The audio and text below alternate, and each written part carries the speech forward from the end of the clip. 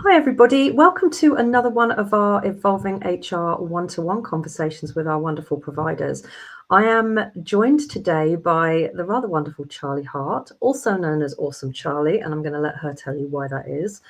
Ironically, we're recording this on World Autism Awareness Day today, aren't we, Charlie? We are indeed, yeah. At the start of That seems Autism like Month. it's Yeah. Autism Month. Yes. I didn't know that. I really should know that.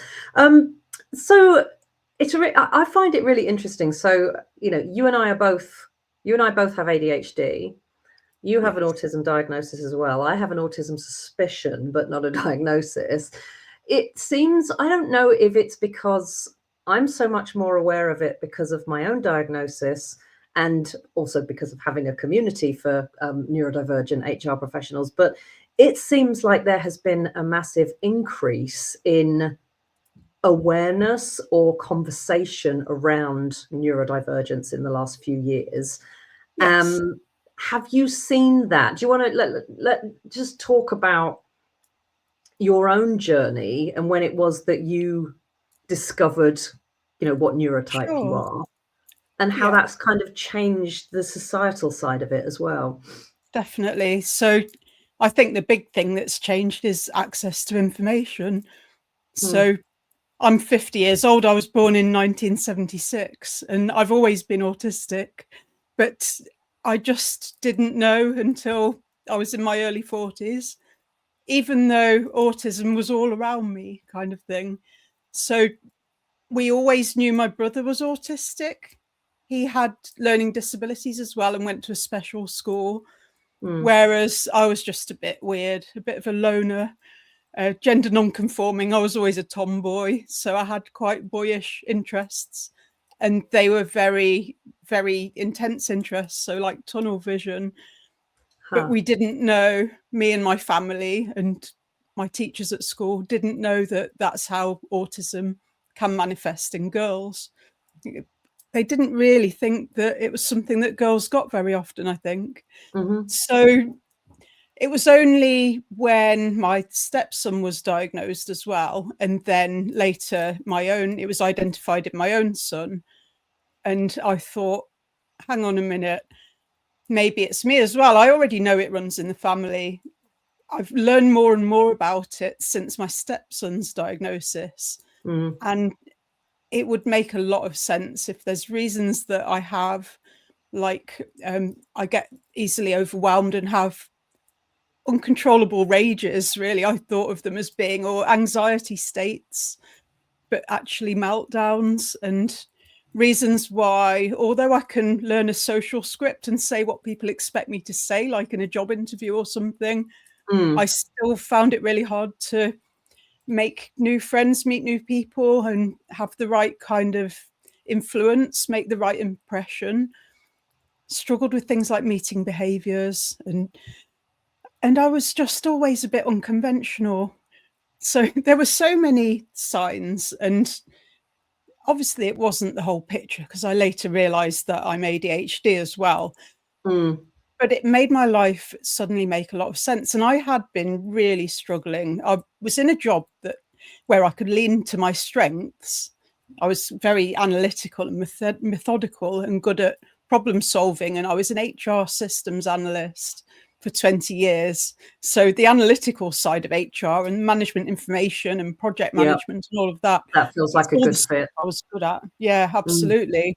And I realized when I started looking into the strengths of autism as well, not just the things that make people judge us as being less than, but the strengths that often come with it. And it's all stuff that directly linked to my job description. But working in HR surrounded by, I mean, there could be people in my team that had just learned the social scripts as well, but it was a neuronormative environment anyway. A lot of people who pride themselves on having a high emotional intelligence and being diplomatic and all that stuff that I struggled with, and giving people a voice. Whereas if it was a meeting where I'm very passionate about the topic, I would tend to naturally dominate it. So on the kind of behavioral competency side of HR, I always struggled. So although I was impressing people and bending over backwards and really being a technical expert, I was still struggling to be accepted for my natural self in my HR role. And how has your acceptance of yourself changed since you learned that you are actually autistic, and that there is, there are genuine reasons why your brain works the way that it does? It was a huge epiphany to me Yeah, when I realized, because it meant that I could talk to other people. There's a hashtag, actually autistic, on social media, and it was mainly on Twitter and Facebook. And if you look at that hashtag, then you can read first person accounts of other autistic adults about their experiences. And rather than reading about autism through like a medical model pathologizing lens, or reading about it in like academic papers, you're actually seeing other people who are experiencing the world in a similar way to yourself and thinking, I'm not actually so weird and different. Yeah, I am a bit weird and different compared with society's idea of normal, maybe. I was going to say we could debate that for a long time. I absolutely. think There's been whole books written about that.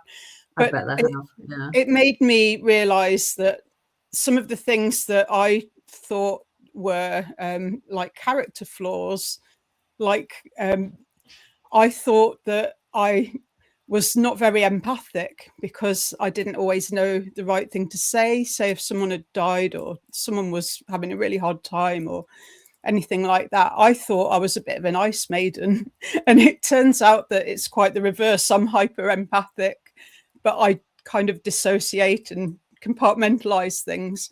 So when I realized about experiences like that, I realized that some of the things that I was beating myself up about were just different from typical rather than being character flaws. So I really leaned into, this is me, I'm autistic, I'm owning it, I'm owning this narrative. I'm not going to feel like a broken, failed, rubbish adult because of the things that I'm struggling with.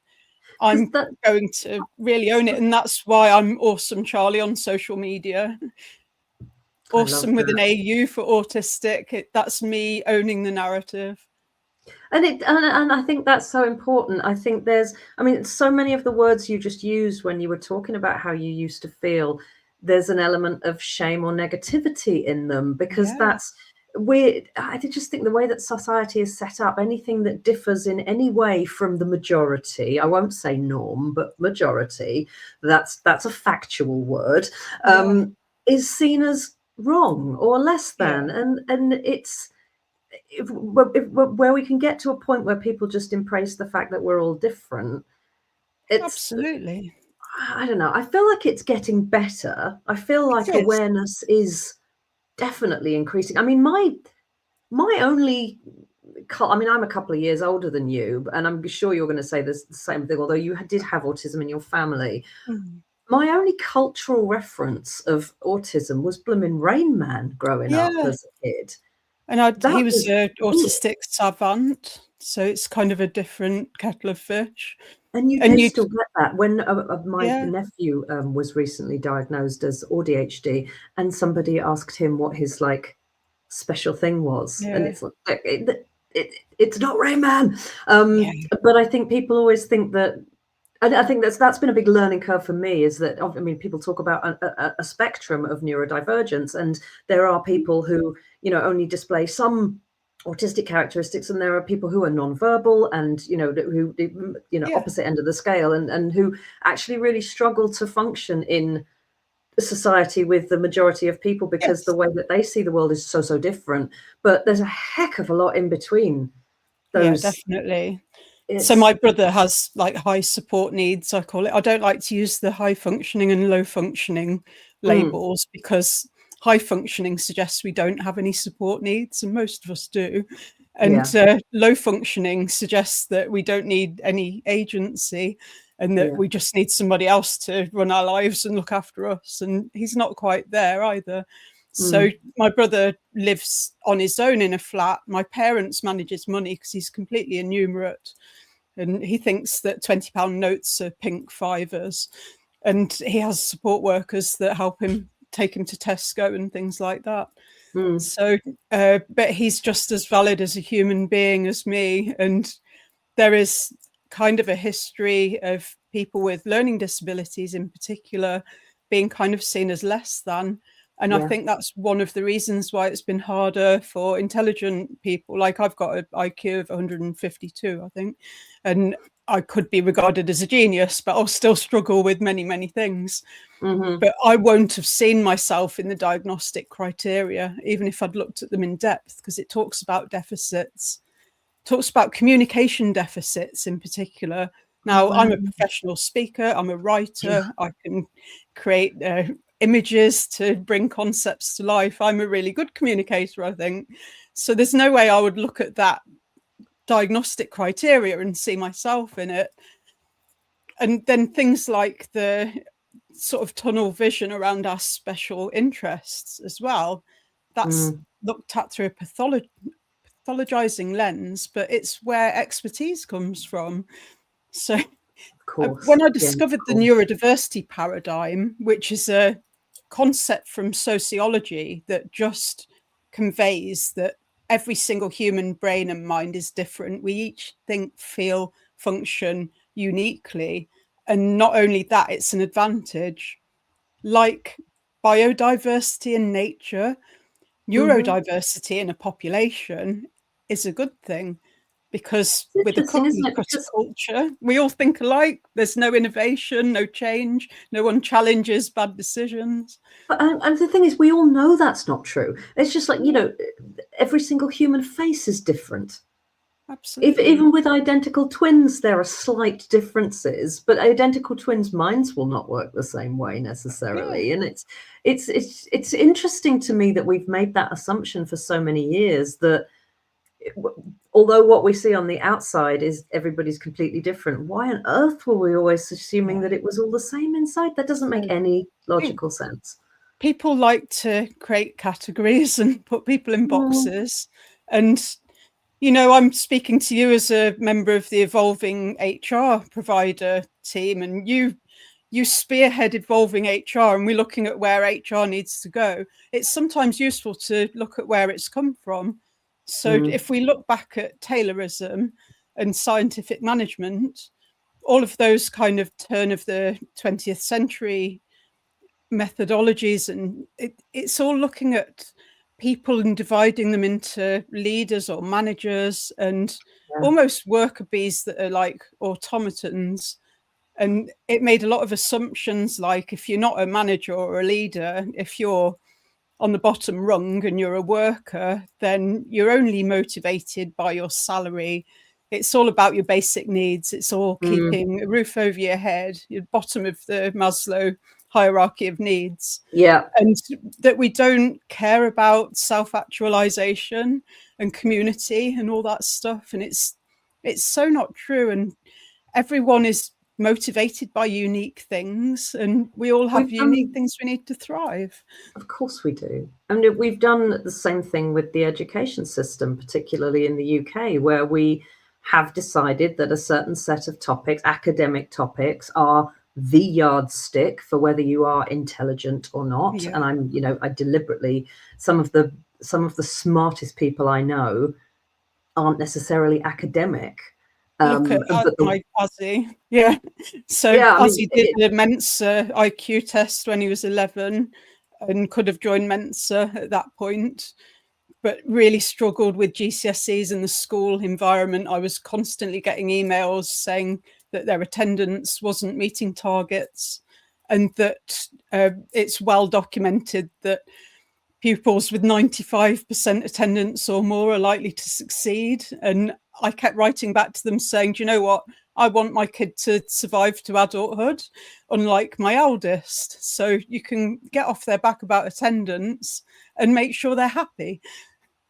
Good God. They really, do you think they actually believe that? That attendance is linked to success in later life? No, I think it's all about power. These are government diktats. This is the opinions of people with power. there's so much control as well. Yeah. With it's funny, like I recently dug out all my old school reports. You know this. I shared some of them in the group, and Yeah. I the have things. mine here as well. Yeah. Oh God, that's brilliant. But all of the things that I was being judged on, all of the negative comments were things like, doesn't give it her all, doesn't pay attention, seems disinterested in the subject, doesn't turn in homework on time, attendance isn't great. Yeah. And you'd read that and think that I was an absolutely appalling pupil. But as I said to you guys in our WhatsApp chat, I got the grades because I'd Yeah. sussed out very quickly that it was only the exams that actually mattered. So when I Yeah. needed to do the work, I turned it in. I But can it's just, hyper-focus on exams. It's like oh, a big body doubling 100%. session, isn't it? Totally. But it's this crazy system. As I'm being judged on how often I'm there, whether I talk, not at all being judged on what do you actually know about this subject that we're teaching you. And there's always been this huge frustration in me that nothing that I learned at school, I mean, I went to a very traditional all-girls private school, and we only had like your traditional academic subjects. I wanted to leave in sixth form and go to technical college and study media. And for whatever reason, that didn't happen. And I ended up staying at school. And I was like, I wasn't interested in any of the subjects. Yeah. And, you know as well as I do that ADHD brains, if they're not interested, then it ain't happening. Boredom is our kryptonite. Oh, yes, Yeah. 100%. It's like, don't judge me, make it more interesting, please. Oh my God. But that did make me laugh reading through these reports. The number of references to how I seemed bored and uninterested, it really made me laugh because I was like, yeah, I hated it. Didn't want to be there. That says a lot about the topic, the structure of the subject, the way it was maybe taught, the teaching skills, yeah. all of it. And yet it's our GCSE results and our A-level results that we carry with us. You know, I would still have to put those on a job application now at 52, exams that I did in 1989. And Yes. that's no measure of what I know, what I've done, and what I've achieved now. Yeah. So my Aussie has dropped one of his A-levels because it was all theoretical and it was all about getting through the exam, and they expected to be kind of debating. It was what do you call it? Psychology. They expected to be having discussions and forming their own ideas, but no, it's highly, highly theoretical. Yes, it was a lot of learning. I did psychology A-level. And it was a lot of learning old models and studies from the 50s and 60s and remembering those people's names. And how tedious. So when they said, I can't do this anymore, I'm going to end up completely freezing or losing the will to live. And I managed to persuade the college to let them drop it and work with me part-time. So they're now doing 2 A-levels that they're interested in and working with me. And to be honest, I think that's going to set them up really well at the beginning of their career. Totally agree, because when you take the academic route like that and do A-levels, you don't actually gain any practical experience that's going to help you in the workplace, unless you want to be a doctor and you're studying medicine, blah, blah, blah. I get that. But for the vast majority of us, you know, my A-levels are French, Italian, and psychology.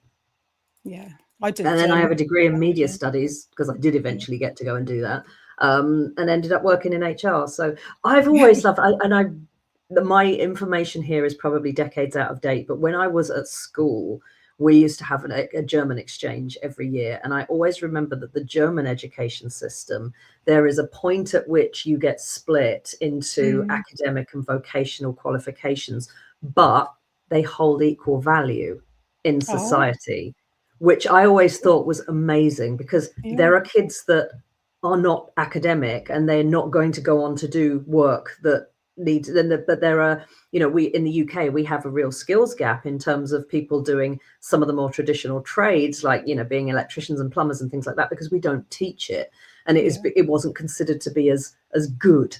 But I remember that if anybody watching this is familiar with the German education system, do they still do this? I would love to know. But I remember thinking they had this choice.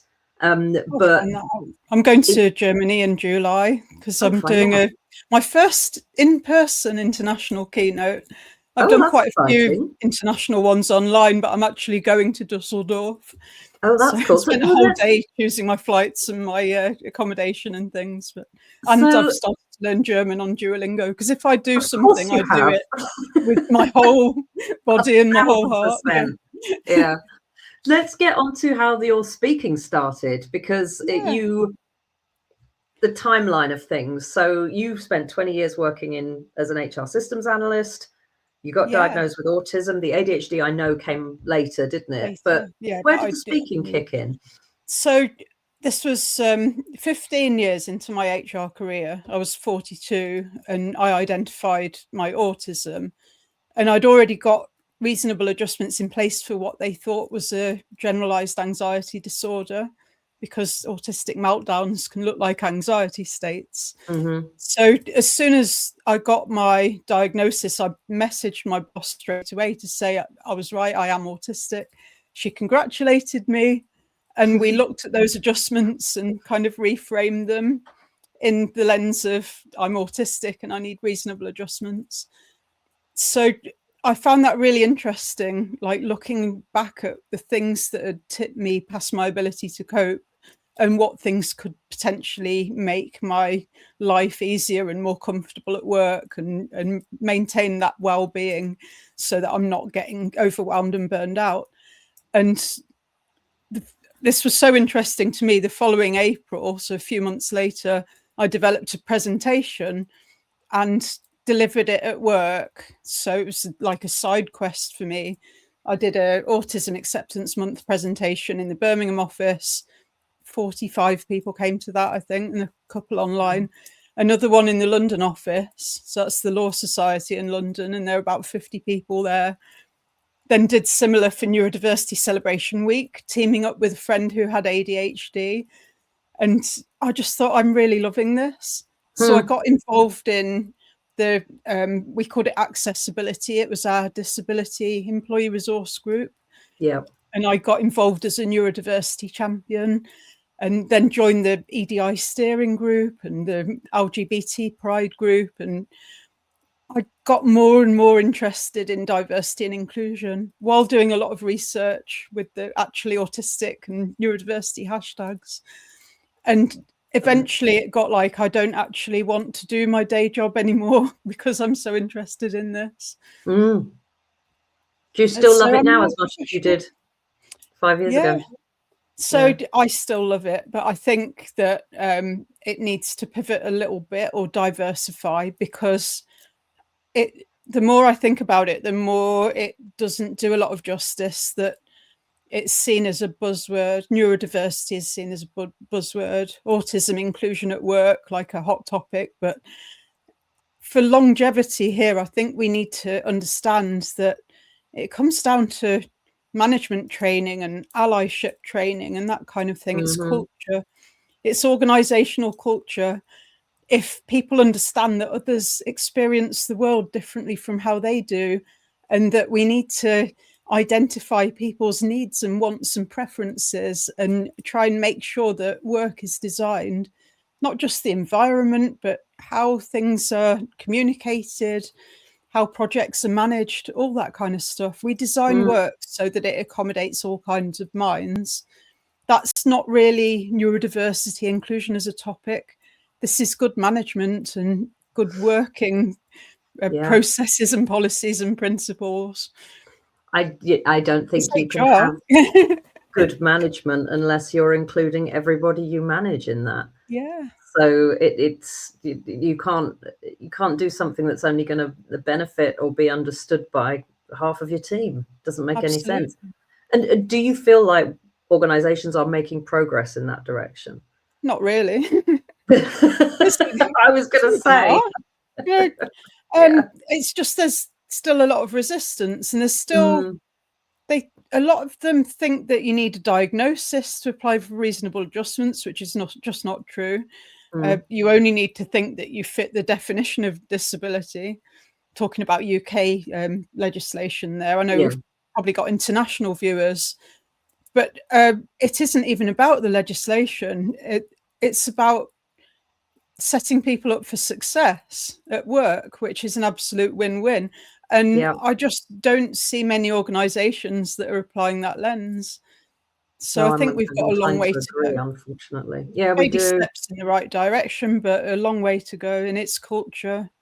Somebody told me the other day that they didn't believe in ADHD, which I thought was pretty That's spectacular really offensive. statement to make. That's like Yeah, saying I don't believe in measles, you yeah, know, or I don't believe in eye color. It's like it's not something that you believe or not. It's like it yeah. exists. That's But the kind of attitude of people that used to try and discipline left-handedness out of people. oh my God, yes. I always use left-handedness as the example. My mum was Yeah, left-handed, so she's born in 1946, and she was given the cane on her knuckles if she tried to write with her left hand, and they made her write with her right hand, or she had to sit yeah. on her left hand because It's so people cruel. decided that was wrong. Yeah, It's oh yeah, nowadays that seems ridiculous. I hope that yeah, in 30, 40 years' time, we'll say the same thing about how neurodivergent people have been yeah. I mean, excluded. left-handedness is a form of neurodivergence, I believe. And when people realise that actually some people write with the other hand and that's not a problem, and let's actually make tin openers and scissors that will help enable them. Wouldn't that be But nice? it's just that they need to do that for any kind of neurological difference. Yeah, absolutely, absolutely. Oh, Charlie, I can always Yeah, talk to you for hours. I do. You always blow me away because you quote methodology and stuff. It's like you know stuff. You retain yeah. so Oh, much it's a mind information. palace. I always Information find it. relating to I sit there neurodiversity. and I'm like, she knows everything. It's amazing. Thank you so much for joining me. I hope that people find this interesting. But before we go, where can people find you if they want to know more about you, or they want to book you to speak, or see what you're up Yeah. to? So I'm everywhere. I'm at Ausome Charlie. My website's awesomecharlie.co.uk. I'm on YouTube at Ausome Charlie, Substack for my written content, and I'm all over LinkedIn. I'm LinkedIn famous, so find me under there. LinkedIn Wonderful. //in/Ausome Charlie. And don't forget, it's an AU for awesome. Yeah, Anybody and who wants to on look the something up. Evolving HR app as well. Oh, brilliant. Thank you for joining me. This has been really lovely. Thank you so much.